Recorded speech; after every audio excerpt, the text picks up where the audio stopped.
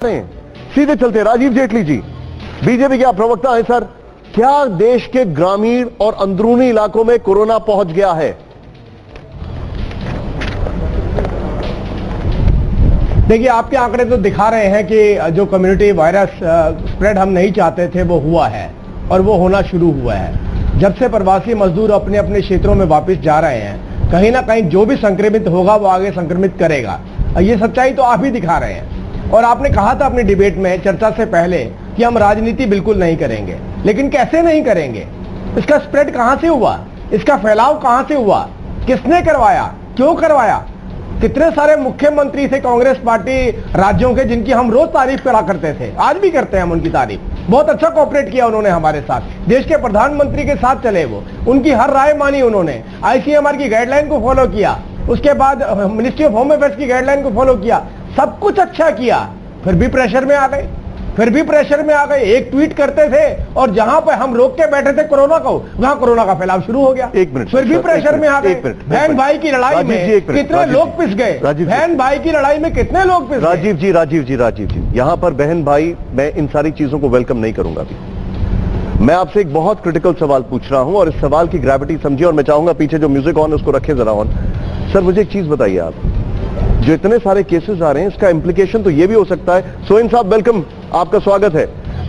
इसका केस का मतलब ये भी हो सकता है कि आप लोगों की टेस्टिंग अधूरी निकली और जब वो लोग वहां पहुंचे हैं तो उनमें सिम्टम्स थे, वो एसिम्टोमेटिक थे, जो कि पहले आप डिटेक्ट नहीं कर पाए। इसका इंप्लीकेशन ये भी तो हो सकता है सर। इसमें बहन भाई प्लीज बीच में मत लाइए, क्योंकि I am not interested in that, क्योंकि अगर मैं आंकड़े दूंगा तो शायद वो हर एक के लिए एम्बैरेसमेंट होगा। आपके स्टेट्स में ज्यादा केसेस हैं, प्लीज बताइए इसका जवाब। निशान जी, हमने एक ही आग्रह किया था कि जो जहां है वो वहीं रहे।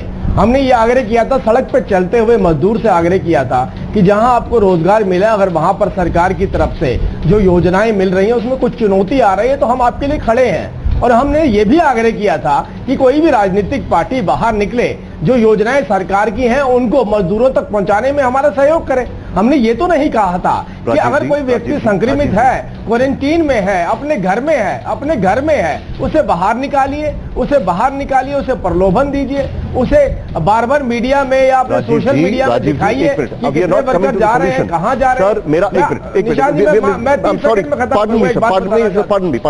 मैं आपको रोक रहा हूं। देखिए, to counter your point I have to give a point, तो मैं वो पॉइंट जरूर दूंगा, लेकिन मेरा सवाल क्या था कि क्या गांव में इंटीरियर्स में अब कोरोना फैल रहा है? ये मेरा पहला सवाल था, क्योंकि मैं देख रहा हूं जो प्रवासी हमारे मजदूर भाई बहन हैं उनके जरिए अब कोरोना फैल रहा है और बहुत एस्टॉनिशिंग फिगर्स है मेरे सामने अभी। लेकिन ये मेरा सवाल था, इसका जवाब मैं जानना चाहता हूं। लेकिन अगर आपने बोला कि लोगों को घर से बाहर नहीं निकलिए, सबसे पहले बसेस लेकर यूपी से तो गई थी बसेस जो बच्चों को लेकर राजस्थान से वापस लौटे थे, याद है कि नहीं है? याद आपको? किसने उसको इनिशिएट किया था? तो ये तो स्टेट की रिस्पॉन्सिबिलिटी होती है अपने लोगों को वापस लाना। मैं आपको नहीं निशान जी, आप ये बताइए कि कहीं से कोई बच्चे आ रहे हैं, उनका प्रॉपर टेस्ट हो रहा है, उसके बाद वो उस प्रदेश में आ रहे हैं, और कहीं पे एक सड़क पे चलने वाला गरीब मजदूर जिस बेचारे के पास ये जानकारी नहीं है कि सरकार ने उसके लिए सब कुछ किया है, सारे प्रावधान किए हुए हैं, ऐसे में प्रावधानों के बारे में जानकारी देने से ज्यादा अगर आप ये कहें कि आप बाहर आइए। मैं गुड़गांव का आपको एक केस बताना चाहता हूं।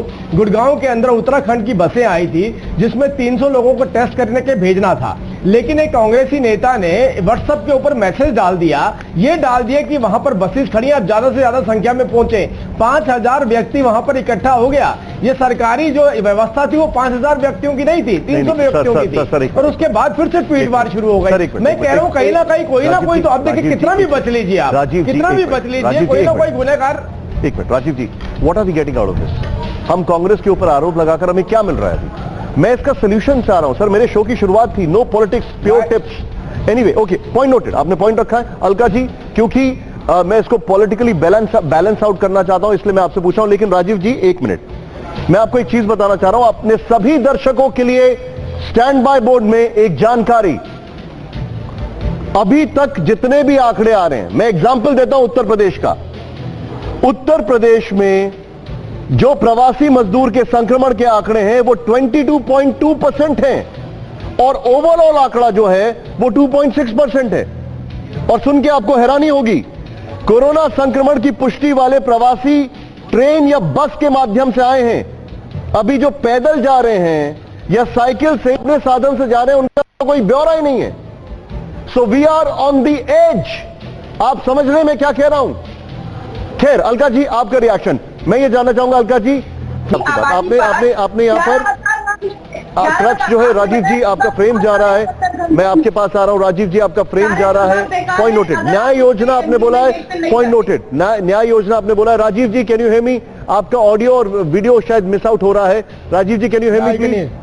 राजीव जी आपकी इस पर टिप क्या है, कैसे इसको मैनेज किया जाए स्टेट लेवल पर? सर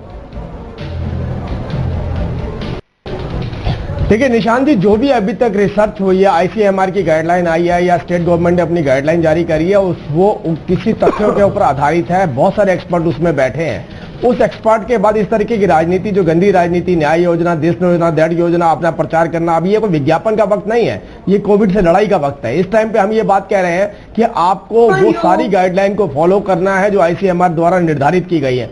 अब अभी कोई भी व्यक्ति क्यों ना हो, मैं आपसे आग्रह करना चाहता हूं। मैंने सबसे पहले कहा था कि मैं कांग्रेस के सुनिए, ठीक है, मैं चाहता हूं प्लीज आवाज जो बोल रहे हैं उनकी आवाज आप रखें। Okay, point noted, point noted. ये प्रचार ये मुझे राजीव जी प्लीज गो अहेड, मैं सुन रहा हूं। बहन भाई वाले गैंग से है, सर आप समझदारी से बात नहीं करें, मुझे अच्छा नहीं लगता। मैं ये कहना चाहता हूं, प्लीज गो अहेड सर। हाँ बताइए। हाँ नहीं, मैं ये क्योंकि बीच में बोल रही है, नहीं बोलेंगी, नहीं बोलेंगी। मैं एक बार यही बात कहना चाहता हूं कि हमने अभी तक कांग्रेस के मुख्यमंत्रियों की तारीफ करी थी, क्योंकि कांग्रेस के मुख्यमंत्री गंभीर थे, समझ रहे थे। वो उनको गाइडलाइन कुछ भी मिलती हो अपनी पार्टी से, लेकिन उन्हें पता था कि कोविड का इरेडिकेशन करना, उसका खात्मा करना है, तो फाइनली हमें गाइडलाइन तो वही फॉलो करनी है जो आईसीएमआर हमें दे रहा है। लेकिन साथ साथ में जो सैंडविच राजनीति का बीच में बनाया जा रहा था, हम चाहते हैं पॉलिटिक्स अवॉइड होनी चाहिए। ठीक है, ओके, पॉइंट नोटेड। मैं वाइंड अप करूंगा सर, आपको मैं माफी चाहता हूं, रोकूंगा। लेकिन इस शो का लब्बो लुबाब ये है, नंबर 1 आईसीएमआर की गाइडलाइंस को फॉलो किया जाए, नंबर 2 राज्य और केंद्र सरकार में समन्वय जरूरी है, इस पर पॉलिटिक्स की आवश्यकता नहीं है, नंबर 3